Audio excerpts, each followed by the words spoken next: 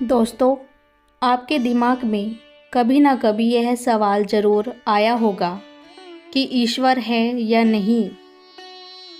तो चलिए जानते हैं आज की इस कहानी के माध्यम से बुद्ध ने क्यों कहा है कि ईश्वर नहीं है। दोस्तों, गौतम बुद्ध अपने जीवन काल में अपने प्रवचन से मानव जीवन में क्रांति लाई थी और हम जानते हैं कि गौतम बुद्ध की बातों में जीवन जीने की कला की चाबी छुपी हुई है। उनके जीवन में घटित हुई घटनाओं से बहुत कुछ सीखने को मिलता है। ऐसे ही एक घटना के बारे में आज मैं आपको बताऊंगी कि गौतम बुद्ध के समय में एक सवाल उसने अक्सर पूछा जाता था कि ईश्वर है या नहीं, और हर बार बुद्ध एक अलग जवाब देते थे। ईश्वर के बारे में पूछा गया यह सवाल आज भी पहेली है और बुद्ध के समय में भी पहेली ही थी। लोगों ने यह सवाल कई बार बुद्ध से पूछा, लेकिन बुद्ध कभी भी इसका सही जवाब नहीं दे पाए। एक बार की बात है, एक अज्ञानी पंडित गौतम बुद्ध का प्रवचन सुनने आया और वह पंडित उनकी बातों से सहमत भी था। वह मानता था कि गौतम बुद्ध एक ज्ञानी पुरुष है। एक बार बुद्ध ध्यान की मुद्रा में बैठे हुए थे और वह व्यक्ति उनके पास गया और उनसे पूछा कि बुद्ध, कृपया आप मुझे बताइए कि ईश्वर है या नहीं। मेरी आपसे प्रार्थना है कि आप मेरे सवाल का मुझे सही जवाब दें। बुद्ध के बारे में यह कहा जाता है कि वह कभी भी किसी को प्रश्न का सीधा जवाब नहीं देते थे। उनके हर जवाब में रहस्य भरा होता था। ज्ञानी पंडित ने कहा कि मुझे ईश्वर के बारे में आपसे जानना है। ईश्वर है या नहीं? बुद्ध आपकी बात सुनकर मुस्कुराए और फिर पंडित से बोले, ठीक है। गौतम बुद्ध ने कहा कि मैं तुम्हारे सवाल का जवाब ज़रूर दूंगा, लेकिन उससे पहले मेरे कुछ प्रश्नों का जवाब आप मुझे दे दो। पंडित ने कहा, मैं बिल्कुल आपके प्रश्न का जवाब दूंगा। आप कृपया प्रश्न पूछें। बुद्ध ने कहा कि क्या तुम सूर्य को मानते हो? पंडित ने बुद्ध की तरफ देखा और कहा कि यह किस प्रकार का प्रश्न है? मैं छोटा बच्चा हूँ। आप जो मुझे बच्चों वाला प्रश्न पूछ रहे हैं। सूर्य तो साक्षात प्रकट होता है और पूरी दुनिया को रोशन करता है, रोशनी देता है। धरती पर रहने वाले हर जीव को सूर्य से ऊर्जा प्राप्त होती है। सूर्य को तो हम रोज ही देखते हैं। बुद्ध ने उनसे कहा कि ईश्वर के होने के बारे में प्रश्न कहाँ से आया, क्योंकि जिस प्रकार सूर्य हमारे सामने है, उसके होने का कोई प्रश्न नहीं होता। तब ईश्वर के लिए यह सवाल क्यों उठा?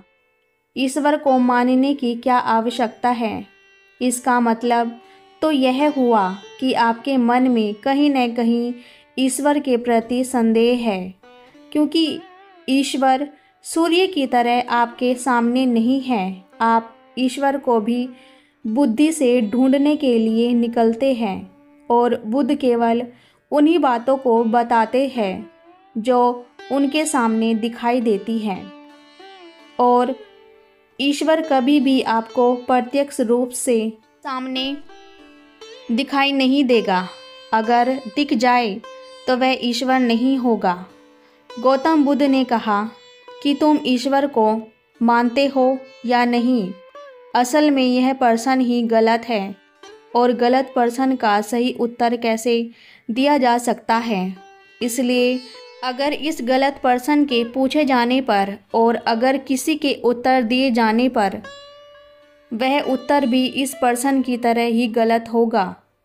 पंडित बुद्ध की बात सुनकर थोड़ा भ्रमित सा हो गया। उसने कहा कि बुद्ध, आप किस तरह की बातें कर रहे हैं? मुझे कुछ समझ नहीं आ रहा है। बुद्ध ने कहा कि अगर मैं तुम्हें सीधे शब्दों में बताऊँ तो इसका मतलब यह है कि ईश्वर को माना नहीं बल्कि जाना जाता है। अगर तुम मुझसे यह प्रश्न करते हो कि ईश्वर को जानना चाहता हूँ तो मैं तुम्हारी मदद कर सकता हूँ।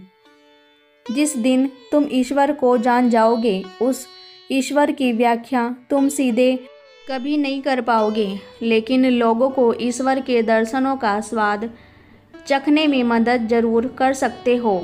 तुम कभी अपना अनुभव किसी को दे नहीं सकते, लेकिन किसी को अनुभव कराने में सहायता ज़रूर कर सकते हो। दोस्तों, आपने बुद्ध के जीवन की कितनी कहानियाँ किस्से सुने होंगे। वहाँ आपने देखा होगा कि बुद्ध ने कभी भी ईश्वर के बारे में स्पष्ट नहीं कहा और इसकी वजह से कई बार बुद्ध के ऊपर उंगलियां भी उठी। लोगों ने यहाँ तक कहा कि बुद्ध कुछ भी नहीं जानते क्योंकि बुद्ध इस तरह के प्रश्नों का ठीक से उत्तर कभी नहीं देते। गौतम बुद्ध इस तरह के प्रश्नों से हमेशा बचा करते थे क्योंकि ईश्वर और आत्मा के संबंध में कोई उत्तर दिया ही नहीं। अगर कभी देना भी पड़े तो उदाहरण के माध्यम से उसे समझाने का प्रयास करते थे क्योंकि ईश्वर और आत्मा के संबंध में कोई उत्तर दिया ही नहीं जा सकता, यह संभव ही नहीं है। और मेरा यह मानना है कि बुद्ध को सचमुच ज्ञान प्राप्त हुआ था। वह उस ईश्वर का अनुभव कर चुके थे और कोई भी व्यक्ति जो इस अनुभव को प्राप्त कर चुका हो वह कभी भी ईश्वर के बारे में, ज्ञान के बारे में सीधा सीधा कभी नहीं बताता। वह आपके प्रश्नों को बीच में ही काट देता है क्योंकि वह चाहता है कि आप उसका स्वाद खुद चखें।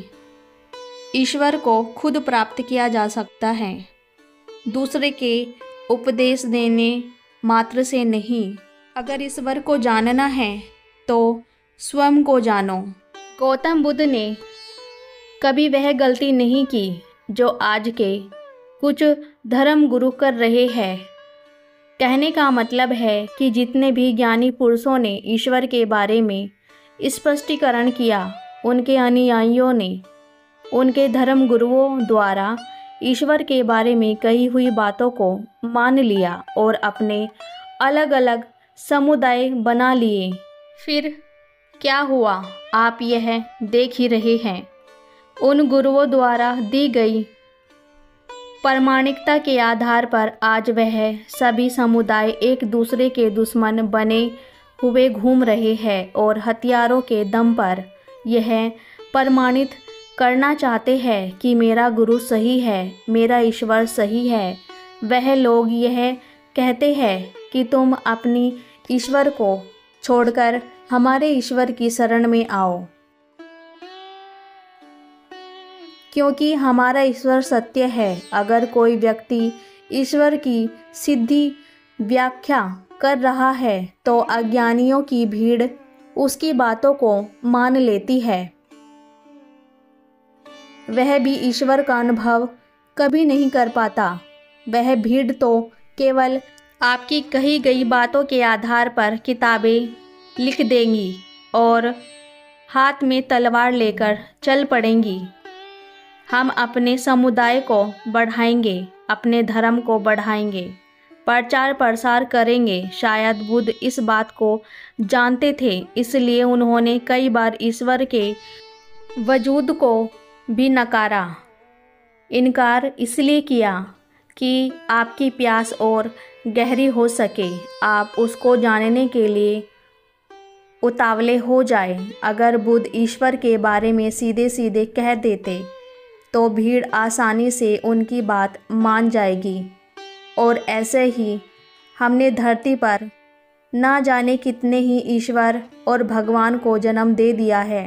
ऐसा लगता है कि ईश्वर ने मनुष्य को नहीं बनाया बल्कि मनुष्य ने ईश्वर को बनाया है। तो दोस्तों, गौतम बुद्ध की कहानी से हमें ये ज्ञान मिलता है कि भगवान को मानना नहीं बल्कि जानना चाहिए और उसका अनुभव लेना चाहिए।